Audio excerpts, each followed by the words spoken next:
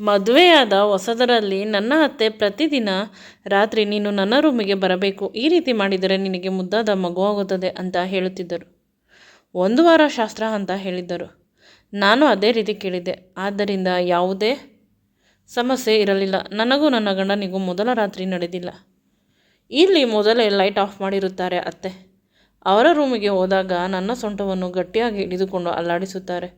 ನನಗೆ ತುಂಬ ನೋವಾಗುತ್ತಿತ್ತು. ಸೊಂಟದ ಕೆಳಗಡೆ ಅದೇನು ಅಂತ ತಿಳಿಯುತ್ತಿಲ್ಲ, ಆದರೆ ಸೊಂಟದ ಕೆಳಗಡೆ ತುಂಬ ನೋವುತ್ತಿರುತ್ತದೆ, ಅದು ಮಾತ್ರ ಗೊತ್ತು. ಕೊನೆಯ ದಿನ ಮಿಸ್ ಆಗಿ ಲೈಟ್ ಆನ್ ಆಯಿತು. ಎದುರುಗಡೆ ಇದ್ದ ಮನುಷ್ಯ ನನ್ನ ಮಾವ. ಇಷ್ಟು ದಿನ ನನ್ನ ಮಾವ ನನ್ನ ಖಾಸಗಿ ಅಂಗಗಳನ್ನು ಮುಟ್ಟುತ್ತಿದ್ದಾರೆ. ನನ್ನ ಸೊಂಟದ ಕೆಳಗಡೆ ತುಂಬ ನೋವಾಗುವಂತೆ ಮಾಡುತ್ತಿದ್ದಾರೆ. ಅಂದರೆ ನನಗೆ ತಿಳಿಯದೆ ನನ್ನ ದೇಹವನ್ನು ಬಳಸಿಕೊಳ್ಳುತ್ತಿದ್ದಾರೆ ಅಂತ ಕೆಳಗೆ ಕುಸಿದೆ ಭಯದಿಂದ. ಅಪ್ಪ ಅಮ್ಮನ ಮುದ್ದಿನ ಮಗಳು. ಬಡತನ ಆಸಿ ಒದ್ದುಕೊಳ್ಳುವಷ್ಟು ಇದ್ದರೂ ನನಗೆ ಅದು ಇಷ್ಟವಾಗುತ್ತಿತ್ತು. ಅದಕ್ಕೆ ಕಾರಣ ನನ್ನ ಅಪ್ಪ ಅಮ್ಮ. ಅವರು ಎಷ್ಟೊಂದು ಒಳ್ಳೆಯವರು. ನನ್ನನ್ನು ತುಂಬ ಪ್ರೀತಿಯಿಂದ ನೋಡಿಕೊಳ್ಳುತ್ತಿದ್ದರು. ನಾನು ಏನೇ ಆಸೆಪಟ್ಟರೂ, ಏನೇ ಬೇಕು ಅಂತ ಹೇಳಿದರೂ ಅವರು ಇಲ್ಲ ಅಂತ ಹೇಳುತ್ತಿರಲಿಲ್ಲ. ನಾನು ತುಂಬ ಅದೃಷ್ಟ ಮಾಡಿದ್ದೇನೆ ಅಂತ ಪ್ರತಿ ಬಾರಿ ಅನಿಸುತ್ತಿತ್ತು. ಸುಂದರವಾದ ಬದುಕನ್ನು ಸಾಗಿಸಿಕೊಂಡು ಹೋಗುತ್ತಿರುವ ನನಗೆ ಇದ್ದಕ್ಕಿದ್ದಂತೆ ಕಷ್ಟ ಶುರುವಾಗಿತ್ತು. ನನ್ನ ತಾತ ಸತ್ತು ಹೋದ ಮೇಲೆ ಅಪ್ಪ ಸಂಪೂರ್ಣವಾಗಿ ಮನೆಯ ಜವಾಬ್ದಾರಿಯನ್ನು ಬಿಟ್ಟುಬಿಟ್ಟರು. ಅವರು ಕೂಡ ಅನಾರೋಗ್ಯದ ಮೇಲೆ ಹಾಸಿಗೆ ಹಿಡಿದರು. ಅಮ್ಮ ನನ್ನನ್ನು ತುಂಬ ಪ್ರೀತಿಯಿಂದ ನೋಡಿಕೊಳ್ಳುತ್ತಿದ್ದಳು. ಅವಳ ಪ್ರೀತಿ ಆಕಾಶಕ್ಕಿಂತ ತುಂಬ ಅಗಲವಾಗಿತ್ತು, ಭೂಮಿಗಿಂತ ಸಹನೆ ಜಾಸ್ತಿ. ಆದರೆ ದಿನಗಳು ಕಳೆದಂತೆ ಅಮ್ಮನ ಸ್ವಭಾವ ಬದಲಾಗುತ್ತಿದೆ. ಇಂದು ಮಾವ ಬಂದು ನನ್ನನ್ನು ಮತ್ತು ಅಮ್ಮನನ್ನು ಊರಿಗೆ ಕರೆದುಕೊಂಡು ಹೋದರು. ಅಂದರೆ ಅಮ್ಮನ ಅಣ್ಣ. ನನ್ನ ಅಪ್ಪನನ್ನು ಕರೆದುಕೊಂಡು ಹೋಗಿಲ್ಲ ಊರಿಗೆ. ಅಮ್ಮ ಅಪ್ಪ ಅಂತ ಹೇಳಿದಾಗ ಅಪ್ಪ ಬೇಕಾದರೆ ಇಲ್ಲೇ ಇದ್ದು ಬಿಡು, ನನ್ನ ಕೈಯಲ್ಲಿ ಆಗುವುದಿಲ್ಲ ಅಂತ ಗಲಾಟೆ ಮಾಡಿದರು. ನಾನು ಅಪ್ಪನ ಜೊತೆ ಇರಲು ಒಪ್ಪಿಕೊಂಡೆ. ಕೊನೆಗೆ ಮಾವ ನನಗೆ 2 ಬಿಟ್ಟು ಊರಿಗೆ ಕರೆದುಕೊಂಡು ಹೋದರು. ನಾನು ಅಳುತ್ತಲೇ ಹೋದೆ. ಹೋಗುವುದರ ಒಳಗೆ ನಾನು ನನ್ನ ಅತ್ತೆಯಂದಿರಿಗೆ ಫೋನ್ ಮಾಡಿ, ಅಪ್ಪನನ್ನು ನೋಡಿಕೊಳ್ಳಿ, ಇಲ್ಲಿ ಇರುವ ಜಮೀನನ್ನು ಮತ್ತು ಮನೆಯನ್ನು ಕೂಡ ನೀವೇ ಇಟ್ಟುಕೊಳ್ಳಿ, ನಮಗೆ ಅದರ ಅವಶ್ಯಕತೆ ಇಲ್ಲ. ಅಪ್ಪ ತುಂಬ ಒಳ್ಳೆಯವರು, ಆದರೆ ಅಮ್ಮ ತುಂಬ ಗಲಾಟೆ ಮಾಡಿ ನನ್ನನ್ನು ಕರೆದುಕೊಂಡು ಹೋಗುತ್ತಿದ್ದಾಳೆ. ನಾನು ಇನ್ನೆಂದೂ ಕೂಡ ಈ ಊರಿಗೆ ಬರುವುದಿಲ್ಲವೇನೋ ಅಂತ ಅಳುತ್ತಾ ವಾಯ್ಸ್ ಮೆಸೇಜ್ ಮಾಡಿ ಅತ್ತೆಯಂದಿರಿಗೆ ಕಳಿಸಿದ್ದೆ. ಅಮ್ಮನಿಗೆ ತಿಳಿದ ನಂತರ ಆ ಫೋನನ್ನು ಕೂಡ ಕಿತ್ತು ಎಸೆದಳು. ಇತ್ತೀಚೆಗೆ ಅಮ್ಮನಿಗೆ ಅಪ್ಪ ಎಂದರೆ ತುಂಬ ಕೋಪ, ಸ್ವಲ್ಪ ಕೂಡ ಇಷ್ಟವಾಗುವುದಿಲ್ಲ. ಯಾವಾಗಲೂ ಜಗಳ ಮಾಡುತ್ತಿದ್ದಳು. ಅದು ತಾರಕಕ್ಕೇರಿತು. ಏಕೆಂದರೆ ಅಪ್ಪ ತಮ್ಮ ಆಸ್ತಿಯನ್ನೆಲ್ಲ ಅವರ ಅಕ್ಕ ತಂಗಿಯರಿಗೆ ಕೊಟ್ಟು ಬಿಟ್ಟಿದ್ದಾರೆ. ನಾವು ಈಗ ಬದುಕಬೇಕಾಗಿರುವುದು ಅಪ್ಪ ಮಾಡಿರುವ ಅಲ್ಪ ಸ್ವಲ್ಪ ಸಂಪಾದನೆಯಿಂದ. ಅದು ಸಾಧ್ಯವಿಲ್ಲ ಅಂತ ಅಮ್ಮ ಗಲಾಟೆ ಮಾಡುತ್ತಿದ್ದಾಳೆ. ಅಪ್ಪ ಕುಡಿತದ ಜಡದ ದಾಸನಾದ. ನಂತರ ಆರೋಗ್ಯ ಹಾಳಾಯಿತು. ಅವನನ್ನು ಬಿಟ್ಟುಬಿಟ್ಟಳು. ಇದನ್ನೆಲ್ಲ ಸಹಿಸಿಕೊಳ್ಳಲು ಸಾಧ್ಯವಾಗದೆ ಮಗಳ ಭವಿಷ್ಯ ಹಾಳಾಗಬಾರದು ಅನ್ನುವುದು ಅಮ್ಮನ ಉದ್ದೇಶ. ಆದರೆ ನಾನು ಚಿಕ್ಕವಳು, ನನಗೆ ಅದು ಅರ್ಥವಾಗುತ್ತಿರಲಿಲ್ಲವೇನೋ. ತುಂಬ ದ್ವೇಷ ಮಾಡುತ್ತಿದ್ದೆ ನಾನು ಅಮ್ಮ ಮತ್ತು ಮಾವನನ್ನು. ಇಂದು ಚೆನ್ನಾಗಿ ನಿದ್ರೆ ಮಾಡಿದ್ದೆ. ಇಂದು ಮಧ್ಯರಾತ್ರಿ ಎಚ್ಚರವಾದಾಗ ಅಳುತ್ತಿದ್ದೆ. ಅಪ್ಪನ ಹೆಸರು ಹೇಳಿದರೆ ಮಾವನ ಮನೆಯಲ್ಲಿ ತುಂಬ ಗಲಾಟೆ ಮಾಡುತ್ತಿದ್ದರು. ಹೇಗೋ ಜೀವನ ನಡೆಯುತ್ತಿತ್ತು. ಈಗ ನನಗೆ ನನ್ನವರು ಅಂತ ಯಾರೂ ಇಲ್ಲ. ಮಾವನ ಮನೆಯಲ್ಲಿ ಅತ್ತೆ ಮತ್ತು ಅತ್ತೆ ಮಕ್ಕಳು, ನಾನು ಮತ್ತು ಅಮ್ಮ ಅವರ ಮನೆಯಲ್ಲಿ ಇರುವುದಕ್ಕೆ ತುಂಬ ದ್ವೇಷ ಮಾಡುತ್ತಾರೆ. ಅಮ್ಮ ಅರ್ಥ ಮಾಡಿಕೊಳ್ಳುವುದಿಲ್ಲ. ಸ್ಕೂಲಿನಿಂದ ಈಗ ನಾನು ಕಾಲೇಜಿಗೆ ಸೇರಿಕೊಂಡೆ. ಅಂದರೆ 10th ಒಳ್ಳೆ ಅಂಕ ಬಂದು ಪಾಸಾದೆ. ಫ್ರೀ ಅಡ್ಮಿಷನ್ ಆದೆ. ಬಡ ಮಕ್ಕಳಿಗೆ ಫ್ರೀ ಸೀಟ್ ಅಂತೆ. ದೊಡ್ಡ ಕಾಲೇಜು. ಅಮ್ಮ ಖುಷಿಪಟ್ಟಳು. ನನ್ನ ಮಗಳಿಗೆ ಒಂದು ಒಳ್ಳೆಯ ಭವಿಷ್ಯ ಸಿಗುತ್ತದೆ ಅಂದ. ಅಪ್ಪನ ಆರೋಗ್ಯ ಈಗ ಸುಧಾರಿಸಿದೆ. ಅಪ್ಪ ಇನ್ನೊಂದು ಮದುವೆ ಆಗಿದ್ದಾರೆ. ಅವರಿಗೆ ಒಂದು ಗಂಡು ಮಗು ಆಗಿದೆ ಅನ್ನುವ ವಿಷಯ ಕೇಳಿ ಅಮ್ಮ ರಾತ್ರಿಯೆಲ್ಲ ಬಾಯಿಗೆ ಬಟ್ಟೆಯನ್ನು ಇಟ್ಟುಕೊಂಡು ಅಳುತ್ತಿದ್ದಳು. ನಾನು ಬಿಟ್ಟು ಬಂದು ತಪ್ಪು ಮಾಡಿದೆ. ಅಣ್ಣನ ಮಾತನ್ನು ಕೇಳಿಕೊಂಡು ಬಂದೆ. ಆದರೆ ಇಲ್ಲಿ ಅಣ್ಣ ನಮ್ಮನ್ನು ಚೆನ್ನಾಗಿ ನೋಡಿಕೊಳ್ಳುತ್ತಿಲ್ಲ ಅಂತ ಅಮ್ಮ ಅಳುತ್ತಿದ್ದಳು. ಆದರೆ ಸಮಯ ಮಿಂಚಿ ಹೋಗಿತ್ತು. ಈಗ ಅಮ್ಮನ ಆಧಾರ ನಾನೊಬ್ಬಳೇ ಆಗಿದ್ದೆ. ಅಮ್ಮ ನನ್ನನ್ನು ನೋಡಿಕೊಳ್ಳಬೇಕು, ನಾನು ಅಮ್ಮನನ್ನು ನೋಡಿಕೊಳ್ಳಬೇಕು ಅಷ್ಟೆ. ಈ ಮಧ್ಯೆ ಒಂದು ದೊಡ್ಡ ಗೌಡರು ನನ್ನನ್ನು ಬಸ್ ಸ್ಟ್ಯಾಂಡಿನಲ್ಲಿ ನಿಂತಿರುವುದನ್ನು ನೋಡಿದರು. ಅವರು ಅವರ ಮಗನಿಗೆ ನನ್ನನ್ನು ಸಂಬಂಧ ಕೇಳಲು ಬಂದರು. ಮನೆಯಲ್ಲಿ ತುಂಬ ಸಡಗರ ಸಂಭ್ರಮ. ಆದರೆ ನನಗೆ ಈ ಮದುವೆ ಇಷ್ಟ ಇಲ್ಲ. ಅಮ್ಮನನ್ನು ಚೆನ್ನಾಗಿ ಸಾಕಬೇಕು. ಶ್ರೀಮಂತರ ಮನೆಯ ಸಂಬಂಧ. ಮಗಳು ಸೆಟಲ್ ಆದರೆ ಸಾಕು. ನಾನು ಹೇಗೋ ಬದುಕಿಕೊಳ್ಳುತ್ತೇನೆ ಅಂತ ಅಮ್ಮ. ಆದರೆ ನನ್ನ ಮಾತನ್ನು ಕೇಳಲು ಅಲ್ಲಿ ಯಾರೂ ತಯಾರಿಲ್ಲ. ನಾನು ಮದುವೆ ಇಷ್ಟ ಇಲ್ಲದೇ ಇದ್ದುದರಿಂದ ಹುಡುಗನ ಮುಖವನ್ನು ನೋಡಿಲ್ಲ. ಆದರೆ ಪ್ರತಿಯೊಬ್ಬರು ಹುಡುಗ ಹೋದ ಮೇಲೆ ನನ್ನ ಮುಖವನ್ನು ನೋಡಿ ಬೇಸರ ಮಾಡಿಕೊಳ್ಳುತ್ತಿದ್ದರು. ಎಷ್ಟು ಮುದ್ದಾಗಿದ್ದಾಳೆ ಹುಡುಗಿ. ಆದರೆ ಹುಡುಗನಿಗೂ ಮತ್ತು ಹುಡುಗಿಗೂ 17 ವರ್ಷ ವ್ಯತ್ಯಾಸ ಅಂತ ತುಂಬ ಬೇಸರ ಮಾಡಿಕೊಳ್ಳುತ್ತಿದ್ದರು. 17 ವರ್ಷ ಅಂದ ತಕ್ಷಣ ಬೆಚ್ಚಿಬಿದ್ದೆ. ನನಗೂ ಮತ್ತು ನಿಮ್ಮ ಅಪ್ಪನಿಗೂ 1-2 ವರ್ಷ ವ್ಯತ್ಯಾಸ ಮಾತ್ರ. ಆದರೆ ನಾವು ಏನು ಬದುಕಿದೆವು?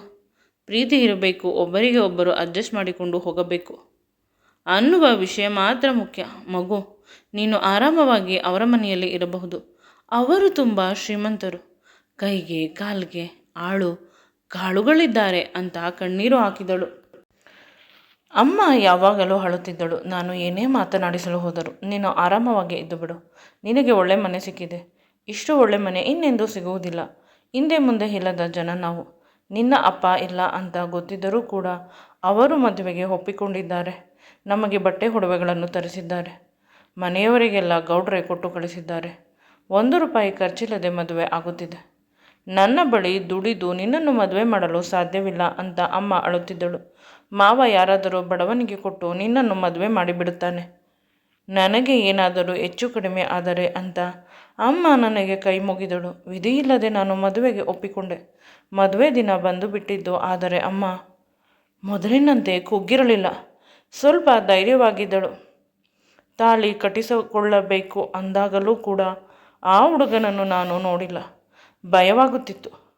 ಮೊದಲ ರಾತ್ರಿಯಲ್ಲಿ ಅವನನ್ನು ಹೇಗೆ ಫೇಸ್ ಮಾಡುವುದು ಅಂತ ದುಃಖವಾಗುತ್ತಿತ್ತು. ದೇವರ ಬಳಿ ನಿರಂತರವಾಗಿ ಪ್ರಾರ್ಥನೆ ಮಾಡುತ್ತಿದ್ದೆ. ಅಮ್ಮನನ್ನು ಬಿಟ್ಟು ಬರಬೇಕಾದಾಗ ತುಂಬ ದುಃಖವಾಗುತ್ತಿತ್ತು. ಏಕೆಂದರೆ ಮಾವ ಅತ್ತೆ ಹೇಗೆ ನೋಡಿಕೊಳ್ಳುತ್ತಾರೆ ಅಂತ. ಆದರೆ ನನ್ನ ಮಾವನವರು ಅಂದರೆ ಊರಿನ ಗೌಡರು ಈಗ ಮಾವನಿಗೆ ತುಂಬ ಹಣದ ಸಹಾಯ ಮಾಡಿದ್ದಾರೆ. ಅದಕ್ಕಾಗಿ ಆದರೂ ಅಮ್ಮನನ್ನು ಚೆನ್ನಾಗಿ ನೋಡಿಕೊಳ್ಳಬಹುದು ಅನ್ನುವ ಒಂದೇ ಒಂದು ಸಣ್ಣ ಆಸೆ ಬಂತು. ಅಮ್ಮ ಕಿವಿಯಲ್ಲಿ ಒಂದೇ ಮಾತು ಹೇಳಿದ್ದು, ಏನೇ ಕಷ್ಟ ಬಂದರೂ ಆ ಮನೆಯಲ್ಲಿ ಹೊಂದಿಕೊಂಡು ಇರು. ಯಾವುದೇ ಕಾರಣಕ್ಕೂ ಹಿಂದಿರುಗಿ ಬರಬಾರದು. ನೀನು ಬಂದರೆ ನಾನು ಈ ಪ್ರಪಂಚವನ್ನು ಬಿಟ್ಟು ಹೊರಟು ಹೋಗುತ್ತೇನೆ ಅನ್ನುವ ಮಾತನ್ನು ಆ ಶುಭ ಸಂದರ್ಭದಲ್ಲೂ ಕೂಡ ಹೇಳಿದಳು. ನನಗೆ ಗೊತ್ತು, ಇದೆಲ್ಲವನ್ನು ಹೇಳಲು ಅವಳಿಗೂ ಕೂಡ ಇಷ್ಟವಿಲ್ಲ. ಅದು ಅವಳ ಅಸಹಾಯಕತೆ ಅಂತ. ಮನೆಯನ್ನು ತುಂಬಿಸಿಕೊಳ್ಳಬೇಕಾದಾಗಲೂ ನಾನು ಯಾರ ಮುಖವನ್ನು ನೋಡಿಲ್ಲ. ಅಳುತ್ತಿದ್ದೆ. ಎಲ್ಲರೂ ಹೇಳುತ್ತಿದ್ದರು, ಹುಡುಗಿ ಚಿಕ್ಕವಳು, ಇನ್ನೂ ತಿಳುವಳಿಕೆ ಇಲ್ಲ, ನಾವೇ ಅಡ್ಜಸ್ಟ್ ಮಾಡಿಕೊಳ್ಳೋಣ. ಮೊದಲು ಅಂತ ನನಗೆ ಒಳ್ಳೆಯ ಜನ ಅಂತ ಅನಿಸಿತು. ಆದರೆ ಈಗಲೂ ಕೂಡ ಹುಡುಗನ ಮುಖವನ್ನು ನೋಡಿಲ್ಲ. ಅಷ್ಟೊಂದು ದೊಡ್ಡವನು ಹುಡುಗ. ನನಗಿಂತ ಹೇಗೆ ಸಂಸಾರ ಮಾಡುವುದು ತಿಳಿಯುತ್ತಿಲ್ಲ. ಜೀವನ ಇನ್ನೂ ಸುಂದರವಾಗಿರುವುದಿಲ್ಲವೇನೋ. ಅಮ್ಮನಿಗಾಗಿ ನಾನು ಇಲ್ಲಿ ಅಡ್ಜಸ್ಟ್ ಮಾಡಿಕೊಂಡು ಮನೆ ಕೆಲಸ ಮಾಡಿಕೊಂಡು ಇರಬಹುದು. ಆದರೆ ನನ್ನ ವಿದ್ಯಾಭ್ಯಾಸ, ನಾನು ಕನಸು ಕಟ್ಟಿದ ಆ ಹುಡುಗ, ಅದೆಲ್ಲವನ್ನು ನೆನೆಸಿಕೊಂಡು ಭಯವಾಗಿ ತಲೆಸುತ್ತು ಬಂತು. ಎಚ್ಚರವಾದಾಗ ನಾನು ಹಾಸಿಗೆ ಮೇಲೆ ಮಲಗಿದ್ದೆ. ಆಗ ಅತ್ತೆ ನನ್ನ ತಲೆಯನ್ನು ನೇವರಿಸುತ್ತಾ, ಭಯಪಡಬೇಡ, ಇನ್ನು ಮೇಲೆ ನಾನೇ ನಿನ್ನ ಅಮ್ಮ, ನಿನ್ನನ್ನು ಚೆನ್ನಾಗಿ ನೋಡಿಕೊಳ್ಳುತ್ತೇನೆ ಅಂತ ಹೇಳಿದರು. ನಾನು ಅಳಲು ಶುರು ಮಾಡಿದೆ. ನಂತರ ನನಗೆ ಜ್ಯೂಸನ್ನು ಕುಡಿಸಿದರು. ಆಗ ಯಾರೋ ಮಾತನಾಡಿದರು, ಅಲ್ಲೇ ಇರುವವರು. ಇವಳು ಮದುವೆಯಾದ ದಿನ ತಲೆಸುತ್ತು ಬಂದು ಬಿದ್ದಳು. ಇವಳ ಗಂಡನಿಗೆ ದೊಡ್ಡ ಕೆಲಸವಿದೆ ಪೇಟೆಯಲ್ಲಿ. ಗೌಡರ ದೊಡ್ಡ ಬಿಸ್ನೆಸ್ ಪೇಟೆಯಲ್ಲೇ ಇರುವುದು. ಅದನ್ನು ಇವಳ ಗಂಡ ನೋಡಿಕೊಳ್ಳುವುದು. ಈಗ ಹೋದವನು 1 ವಾರ ಆದ ಮೇಲೆ ಬರುತ್ತಾನೆ. ಅಲ್ಲಿಯವರೆಗೆ ಹೇಗೆ ಇರುತ್ತಾರೆ ಇಬ್ಬರು ಅಂತ ನಗುತ್ತಾ ಹೊರಹೋದರು. ನನಗೆ ಸ್ವಲ್ಪ ಉಸಿರಾಡುವಂತೆ ಆಯಿತು. ದೇವರು ನನ್ನ ಪ್ರಾರ್ಥನೆ ಕೇಳಿದ್ದಾನೆ. 1 ವಾರ ಆರಾಮವಾಗಿ ಇರಬಹುದು ಅಂತ. ಆಗ ಅತ್ತೆ ನನ್ನ ಬಳಿ ಬಂದು ಹೇಳಿದಳು, ಇಂದು ರೆಸ್ಟ್ ಮಾಡು, ಏನಾದರೂ ಬೇಕಾದರೆ ನನಗೆ ಫೋನ್ ಮಾಡು ಅಂತ ಹೊಸ ಫೋನನ್ನು ಕೊಟ್ಟು ಹೋದರು ನನ್ನ ಕೈಗೆ. ನೆಕ್ಸ್ಟ್ ನಾನು ರೆಸ್ಟ್ ಮಾಡಿದ್ದೆ. ನನ್ನ ಮನೆಯಲ್ಲಿ ಹೇಗೆ ಇದ್ದೆ ಅದೇ ರೀತಿ ಆರಾಮವಾಗಿ ಇದ್ದೆ. ಇಲ್ಲಿ ಪ್ರತಿಯೊಬ್ಬರು ಬಂದು ನನಗೆ ತುಂಬ ಕೇರ್ ಕೊಡುತ್ತಿದ್ದರು. ನನ್ನನ್ನು ತುಂಬ ಚೆನ್ನಾಗಿ ನೋಡಿಕೊಂಡರು. ನನಗೆ ಖುಷಿಯಾಯಿತು, ಆದರೆ ಗಂಡನನ್ನು ನೆನೆಸಿಕೊಂಡು ಭಯವಾಗುತ್ತಿತ್ತು. ರಾತ್ರಿ ಆದಂತೆ ಅತ್ತೆ ಬಂದೆ ಕೇಳಿದರು, ನೀನು ಆರಾಮವಾಗಿದ್ದೀಯಾ ಅಂತ. ನಾನು ಚೆನ್ನಾಗಿದ್ದೀನಿ ಅಂತ ಹೇಳಿದೆ. ಹಾಗಾದರೆ ಹಿಂದಿನಿಂದ ಹೇಳು. ದಿನ ನನ್ನ ರೂಮಿಗೆ ಬಾ, ನಿನಗೆ ಯಾವುದೋ ಮೆಡಿಸಿನ್ ಕೊಡುತ್ತೇನೆ. ತಲೆ ಸುತ್ತು, ಹೊಟ್ಟೆ ನೋವು ಬರುವುದಿಲ್ಲ. ಮುಂದೆ ನಿನಗೆ ಮಕ್ಕಳಾದರೆ ಅದು ಕೂಡ ಆರೋಗ್ಯವಂತ ಮಕ್ಕಳೇ ಆಗುತ್ತಾರೆ. ರಜವಾದಾಗಲೂ ಕೂಡ ನಿನಗೆ ಹೊಟ್ಟೆ ನೋವು ಬರಲ್ಲ ಅಂತ ಅತ್ತೆ ಹೇಳಿದರು. ಮದುವೆ ಆದ ದಿನದಿಂದಲೂ ಅತ್ತೆ ತುಂಬ ಚೆನ್ನಾಗಿ ನೋಡಿಕೊಂಡಿದ್ದಾರೆ. ಅದಕ್ಕಾಗಿ ಅವರ ಮಾತಿಗೆ ಇಲ್ಲ ಅಂತ ಹೇಳಲು ಸಾಧ್ಯವಾಗಿಲ್ಲ. ರಾತ್ರಿ ಊಟ ಆದ ಮೇಲೆ ಅವರ ರೂಮ್ಗೆ ಹೋದೆ. ರೂಮಿನಲ್ಲಿ ಕತ್ತಲೆ ಆವರಿಸಿತ್ತು. ಕೇವಲ ಅತ್ತೆಯ ಧ್ವನಿ ಕೇಳಿಸಿತು. ಸ್ವಲ್ಪ ಹೊತ್ತು ಮಾತ್ರ ಭಯವಾಗುತ್ತಿತ್ತು. ಆಗ ಅತ್ತೆ, ಹೆದರಬೇಡ, ನಾನು ಇಲ್ಲೇ ಇದ್ದೇನೆ. ಈ ಕೆಲಸ ಮಾಡಬೇಕಾದಾಗ ಇಬ್ಬರು ನೋಡಬಾರದು ಅಷ್ಟೇ, ಅದಕ್ಕಾಗಿ ಅಂತ ಹೇಳಿದರು. ಅರೆ ಕ್ಷಣದಲ್ಲಿ ಯಾರೋ ನನ್ನ ಹೊಟ್ಟೆಯನ್ನು ಗಟ್ಟಿಯಾಗಿ ಮುಟ್ಟಿದಂತೆ ಅನಿಸಿತು. ಅದು ಕೆಳ ಹೊಟ್ಟೆಯನ್ನು. ತುಂಬ ನೋವಾಯಿತು. ಪ್ರಜ್ಞೆ ತಪ್ಪಿದೆ. ಎಚ್ಚರವಾದಾಗ ನನ್ನ ರೂಮಿನಲ್ಲಿ ಮಲಗಿದ್ದೆ. ಹೊಟ್ಟೆಯೆಲ್ಲ ನೋವಾಗುತ್ತಿತ್ತು. ಏನೋ ನನ್ನ ದೇಹದಲ್ಲಿ ಹೊಸ ಬದಲಾವಣೆ ಅಂತ ಅನಿಸುತ್ತಿತ್ತು. ದಿನಗಳು ಕಳೆದಂತೆ ಈ ಮನೆಯಲ್ಲಿ ಸಹಜವೇನೋ ಇದೆಲ್ಲ ಅಂತ ಅಂದುಕೊಂಡೆ. ಮರುದಿನವೂ ಹೋದೆ. ಆಗಲೂ ಕೂಡ ಯಾರೋ ನನ್ನ ಕೆಳಹೊಟ್ಟೆಯನ್ನು ಗಟ್ಟಿಯಾಗಿ ಮುಟ್ಟಿದಂತೆ ಆಯಿತು. ತುಂಬ ನೋವಾಗುತ್ತಿತ್ತು. ಎಚ್ಚರವಾದಾಗ ನನ್ನ ರೂಮಿನಲ್ಲಿ ನನ್ನ ಹಾಸಿಗೆಯಲ್ಲಿ ಇರುತ್ತಿದ್ದೆ. ಇದು ಹೇಗೆ ಸಾಧ್ಯ? ಪ್ರತಿದಿನವೂ ನನ್ನ ದೇಹದಲ್ಲಿ ಹೊಸ ಬದಲಾವಣೆ ಆಗುತ್ತಿದೆ ಅಂತ ಅನಿಸುತ್ತಿತ್ತು. ಅತ್ತೆ ಬಳಿ ಕೇಳಿದಾಗ ಆ ಮಾತಿಗೆ ಅವರು ಸರಿಯಾದ ಉತ್ತರ ಕೊಟ್ಟಿಲ್ಲ. ನಿಜವಾಗಲೂ ತುಂಬ ಬೇಸರವಾಯಿತು. ಅವರು ಮಾತನ್ನು ಬದಲಾಯಿಸಿದಾಗ ಅರ್ಥವಾಯಿತು, ಏನೋ ನಡೆಯುತ್ತಿದೆ ಮಸಲತ್ತು ಅಂತ. ಇಂದು ನನ್ನ ಹೊಟ್ಟೆಯನ್ನು ಯಾರಾದರೂ ಮುಟ್ಟಿದಾಗ ನಾನು ಏನು ಮಾಡಬೇಕು ಅದನ್ನು ಯೋಚಿಸಿ ರೂಮಿನ ಒಳಗೆ ಕಾಲಿಟ್ಟೆ. ಇಂದು ನಿಜವಾಗಲೂ ಭಯವಾಗುತ್ತಿತ್ತು. ಪ್ರತಿದಿನ ಅವರು ಹೇಳಿದ ಹಾಗೆ ಕೇಳುತ್ತಿದ್ದೆ. ಅಷ್ಟು ರಿಸ್ಕ್ ಇರಲಿಲ್ಲ. ಇಂದು ನಾನು ಹೊಸ ರಿಸ್ಕ್ ತೆಗೆದುಕೊಂಡಿದ್ದೇನೆ. ಅಮ್ಮ ಮೊದಲು ಹೇಳಿದ್ದರು ಬ್ಲೈಂಡ್ ಆಗಿ ಕೇಳು ಅಂತ ಹೇಳುತ್ತಿದ್ದವಳು ಇಂದು ಮಧ್ಯಾಹ್ನ ಫೋನ್ ಮಾಡಿ ಅಳುತ್ತಿದ್ದಳು. ನಿನಗೆ ಅಲ್ಲಿ ಅಡ್ಜಸ್ಟ್ ಆದರೆ ಇರು, ಅಕಸ್ಮಾತ್ ಅಡ್ಜಸ್ಟ್ ಆಗಿಲ್ಲವಾದರೆ ಬಂದು ಬಿಡು. ನನ್ನ ಅಮ್ಮ ನನಗೆ ಕಷ್ಟ ಕೊಟ್ಟಳು ಅಂತ ನಿನ್ನ ಗೆಳತಿಗೆ ಹೇಳಿದ್ದೀಯಾ? ನನಗೆ ದುಃಖವಾಯಿತು ಅಂತ ನೆನಪಾಗಿ ಸ್ವಲ್ಪ ಧೈರ್ಯ ಬಂತು. ಎಲ್ಲ ಸರಿ ಇದ್ದರೆ ಇರುತ್ತೇನೆ, ಇಲ್ಲವಾದರೆ ಇರುವುದಿಲ್ಲ ಅಂತ ಅಂದುಕೊಂಡೆ. ಇಲ್ಲಿ ಕಷ್ಟಪಟ್ಟು ಎಲ್ಲವನ್ನು ಅಡ್ಜಸ್ಟ್ ಮಾಡಿಕೊಂಡು ಇರುವ ಅವಶ್ಯಕತೆ ಇಲ್ಲ. ನಾನು ಬ್ರೈಟ್ ಸ್ಟೂಡೆಂಟ್, ಚೆನ್ನಾಗಿ ಓದುತ್ತೇನೆ ಅನ್ನುವ ಅರಿವು ಇತ್ತು. ಆದರೂ ಕೂಡ ಭಯ. ಅತ್ತೆ ಏನೋ ಮಾತನಾಡಿದರು. ನಂತರ ನಿಶ್ಶಬ್ದವಾಯಿತು ವಾತಾವರಣ. ಸಂಪೂರ್ಣವಾದ ಕತ್ತಲೆ. ಯಾರೋ ನನ್ನ ಕೆಳ ಹೊಟ್ಟೆಯನ್ನು ಮುಟ್ಟಿದರು. ನನಗೆ ತುಂಬ ನೋವಾಗುತ್ತಿದೆ ಎಂದಿನಂತೆ. ಆಗ ಅಲ್ಲೇ ಇದ್ದ ಲೈಟನ್ನು ಆನ್ ಮಾಡಿದ್ದೆ. ಅದು ಬೇರೆ ಯಾರೂ ಅಲ್ಲ, ನನ್ನ ಗಂಡನ ಅಪ್ಪ, ಅಂದರೆ ನನ್ನ ಮಾವ. ಅವರು ನನ್ನ ಸೊಂಟವನ್ನು ಮುಟ್ಟುತ್ತಿದ್ದಾರೆ. ನನ್ನ ಒಳಹುಡುಪಿಗೆ ಕೈ ಹಾಕಿದ್ದಾರೆ. ನನ್ನನ್ನು ಗಟ್ಟಿಯಾಗಿ ತಬ್ಬಿಕೊಂಡಿದ್ದಾರೆ. ಇದೆಲ್ಲವನ್ನು ನೋಡಿ ಭಯವಾಗಿ ಜೋರಾಗಿ ಕಿರುಚಿದೆ. ನಂತರ ಅಲ್ಲೇ ಇದ್ದ ಬಟ್ಟೆಗಳನ್ನು ಹಾಕಿಕೊಂಡೆ. ಆಗ ಮನೆಯವರೆಲ್ಲ ಓಡಿ ಬಂದರು. ಅತ್ತೆ ಬಳಿ ಓಡಿ ಹೋಗಿ ಅತ್ತೆ, ಮಾವ ಅಂತ ಹೇಳುತ್ತಿದ್ದೇನೆ. ಆಗ ಮಾವ ಹೊರಗಿನಿಂದ ಬಂದರು. ನನ್ನ ಬಳಿ ಇದ್ದ ಮನುಷ್ಯನನ್ನು ನೋಡಿದೆ. ಅವನು ಕೂಡ ಸೇಮ್ ಟು ಸೇಮ್ ಮಾವನ ರೀತಿ ಇದ್ದಾನೆ. ಮಾವನಿಗೆ ಜಾಸ್ತಿ ವೈಟ್ ಹೇರ್ ಇದೆ, ಇವನಿಗೆ ಅಷ್ಟೊಂದು ಇಲ್ಲ. ಅಂದರೆ ಇವನು ನನ್ನ ಗಂಡ. ಇವನನ್ನು ನಾನು ನೋಡಿರಲಿಲ್ಲ, ಹಿಂದೆ ನೋಡಿದ್ದು. ನಿಜವಾಗಲೂ ಈಗ ಭಯವಾಯಿತು. ಸಂಪೂರ್ಣವಾಗಿ ಎಡವಟ್ಟಾಗಿದೆ ಅಂತ ಅಂದುಕೊಂಡೆ.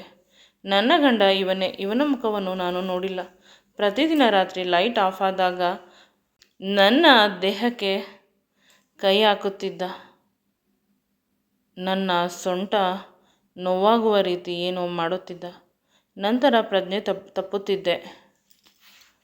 ಎಚ್ಚರವಾದಾಗ ಮೈಯಲ್ಲಿ ಹೊಸ ಬದಲಾವಣೆ. ಆಗ ನಿಜವಾಗಲೂ ಭಯವಾಗಿ ನಾನು ರೂಮಿಗೆ ಓಡಿ ಹೋಗಿ ಅಳುತ್ತಿದ್ದೇನೆ.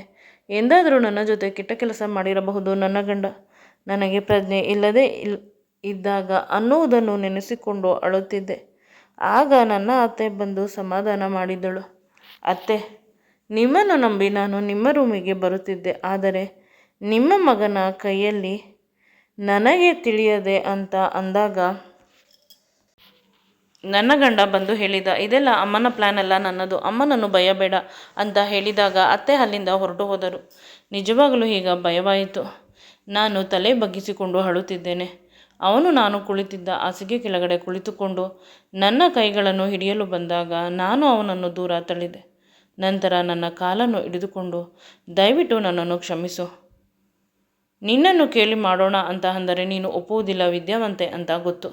ಆದರೆ ನನ್ನ ಬಳಿ ಆಪ್ಷನ್ ಇರಲಿಲ್ಲ.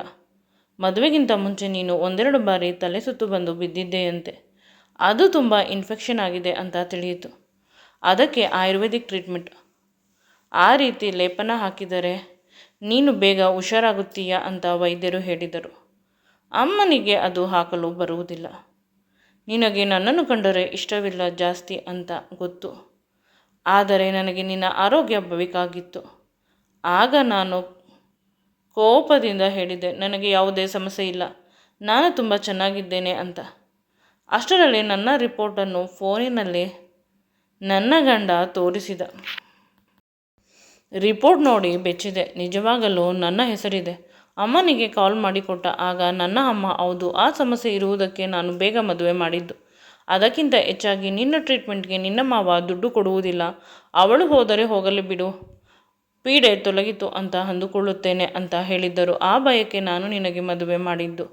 ಅಳಿಯಂದಿರು ತುಂಬ ಒಳ್ಳೆಯವರು. ನನಗೆ ಪ್ರಾಮಿಸ್ ಮಾಡಿದರು, ನಿನ್ನ ಆರೋಗ್ಯವನ್ನು ಚೆನ್ನಾಗಿ ನೋಡಿಕೊಳ್ಳುತ್ತೇನೆ ಅಂತ. ಆ ಮಾತನ್ನು ಕೇಳಿಸಿಕೊಂಡು ನಾನು ಅಳಲು ಶುರು ಮಾಡಿದೆ. ನನ್ನ ಗಂಡನನ್ನು ಗಟ್ಟಿಯಾಗಿ ತಬ್ಬಿಕೊಂಡೆ. ನನಗೆ ತಿಳಿಯದೆ ನನಗೆ ಒಂದು ಆಸರೆ ಬೇಕಿತ್ತು ಅಳಲು. ಅವನ ಎದೆಗೆ ಹೊರಗಿ ತುಂಬ ಸಮಯ ಅಳುತ್ತಿದ್ದೇನೆ. ನನ್ನ ಕಾಲ ಮೇಲೆ ಕಣ್ಣೀರು ಬಿದ್ದಾಗ ನನಗೆ ಅರಿವಾಯಿತು, ನಾನು ತುಂಬ ಸಮಯದಿಂದ ಅಳುತ್ತಿದ್ದೇನೆ ಅಂತ.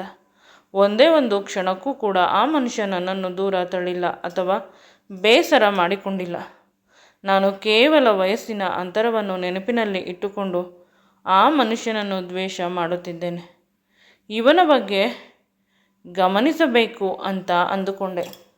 ರಾತ್ರಿ ಪೂರ್ತಿ ನಿದ್ರೆ ಮಾಡಿಲ್ಲ. ಮಾರನೇ ದಿನ ನನ್ನ ಗಂಡ ಕಾಲೇಜಿನ ಅಡ್ಮಿಷನ್ ಅಪ್ಲಿಕೇಶನನ್ನು ತಂದಿದ್ದರು.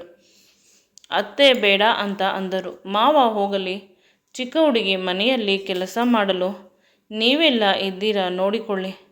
ನಮ್ಮ ಆಸೆಗಾಗಿ ಅವರ ಅಮ್ಮ ಚಿಕ್ಕ ಹುಡುಗಿಯನ್ನು ಕೊಟ್ಟು ನಮಗೆ ಮದುವೆ ಮಾಡಿದ್ದಾರೆ. ಈಗ ಅವಳ ಆಸೆಯನ್ನು ನಾವು ಪೂರೈಸಬೇಕು ಅಂತ ಹೇಳಿದರು. ಮಾವ ಮತ್ತು ನನ್ನ ಗಂಡ ನೋಡಲು ಹೆಚ್ಚು ಕಡಿಮೆ ಒಂದೇ ರೀತಿ ಇದ್ದಾರೆ. ನೋಡಲು ಮಾತ್ರ ಅಂತ ಅಂದುಕೊಂಡಿದ್ದೆ, ಆದರೆ ಸ್ವಭಾವದಲ್ಲೂ ಕೂಡ ಒಂದೇ ರೀತಿ ಇದ್ದಾರೆ. ನನ್ನ ಗಂಡ ಏನು ಮಾತನಾಡುತ್ತಿರಲಿಲ್ಲ, ಜಾಸ್ತಿ ಸೈಲೆಂಟ್. ಆದರೆ ನನಗೆ ಏನಾದರೂ ಬೇಕು ಅಂತ ನಾನು ಅಂದುಕೊಳ್ಳುವುದರ ಒಳಗೆ ಅವರು ಅಂದುಕೊಂಡು ಸಹಾಯ ಮಾಡುತ್ತಿದ್ದರು. ನನ್ನ ಸಂಪೂರ್ಣ ರಕ್ಷಣೆಯ ಭಾರ ಅವರ ಮೇಲಿತ್ತು. ದಿನಗಳು ಕಳೆದಂತೆ ಆ ಮನುಷ್ಯನ ಮೇಲೆ ಪ್ರೀತಿ ಜಾಸ್ತಿ ಆಯಿತು. ನನಗೆ ಆ ಮನುಷ್ಯ ನನ್ನ ಪಾಲಿನ ದೇವರು ಆಗಿದ್ದರು. ಯಾವಾಗ ಅಂದರೆ ನನ್ನ ಅಮ್ಮ ಇಂದು ಫೋನ್ ಮಾಡಿದ್ದಳು, ಖುಷಿಯಾಗಿ ಕುಣಿಯುತ್ತಿದ್ದಾಳೆ. ವಿಷಯ ಏನು ಅಂತ ಹೇಳಮ್ಮ ಅಂದಾಗ, ನೀನು ಇಂದಿನಿಂದ ನನ್ನ ಅಳಿಯನನ್ನು ಚೆನ್ನಾಗಿ ನೋಡಿಕೊಳ್ಳಬೇಕು, ಸಂಪೂರ್ಣವಾದ ಹೆಂಡತಿ ಆಗಬೇಕು ಅಂತ ಪ್ರಾಮಿಸ್ ಮಾಡು, ಆಮೇಲೆ ಹೇಳುತ್ತೇನೆ ಅಂತ ಅಮ್ಮ ಹಠ ಮಾಡಿದಳು. ಆಗ ನಾನು ಅಮ್ಮ ಹೇಳಿದ ಹಾಗೆ ಮಾಡಿದೆ. ನಿನ್ನ ಅಪ್ಪ ನನ್ನನ್ನು ಇಂದು ಮನೆಗೆ ಕರೆದುಕೊಂಡು ಹೋಗುತ್ತಾರೆ. ನಾವಿಬ್ಬರು ಪುನಃ ಗಂಡ ಹೆಂಡತಿಯ ರೀತಿ ಬದುಕುತ್ತೇವೆ. ಅಮ್ಮ, ಅಪ್ಪನ ಇನ್ನೊಂದು ಮದುವೆ ಹೆಂಡತಿ ಎಂದಾಗ ಅದೆಲ್ಲ ಅಣ್ಣ ಮತ್ತು ನಿನ್ನ ಅತ್ತೆಯಂದಿರು ಸೇರಿಕೊಂಡು ಮಾಡಿದ ನಾಟಕ. ನಿನ್ನ ಅಪ್ಪ ಯಾವ ಮದುವೆಯನ್ನು ಮಾಡಿಕೊಂಡಿಲ್ಲ. ಈ ವಿಷಯದ ಬಗ್ಗೆ ನಾನು ಅಳಿಯಂದಿರ ಬಳಿ ಮಾತನಾಡಿದ್ದೆ ಸ್ವಲ್ಪ ದಿನದ ಹಿಂದೆ. ಅವರು ಊರಿನಲ್ಲಿ ವಿಚಾರಿಸಿ ನಿನ್ನ ಅಪ್ಪನ ಜೊತೆ ಮಾತನಾಡಿ ಎಲ್ಲ ವಿಷಯವನ್ನು ಕಲೆ ಹಾಕಿದ್ದಾರೆ. ನಿನ್ನ ಅಪ್ಪ ನನಗಾಗಿ ಇನ್ನೂ ಕಾಯುತ್ತಾ ಇದ್ದಾರೆ. ಇಂದು ನಿನ್ನ ಅಪ್ಪ ಬಂದಾಗ ನಾನು ನಿಮ್ಮ ಮನೆಗೆ ಬರುತ್ತೇನೆ.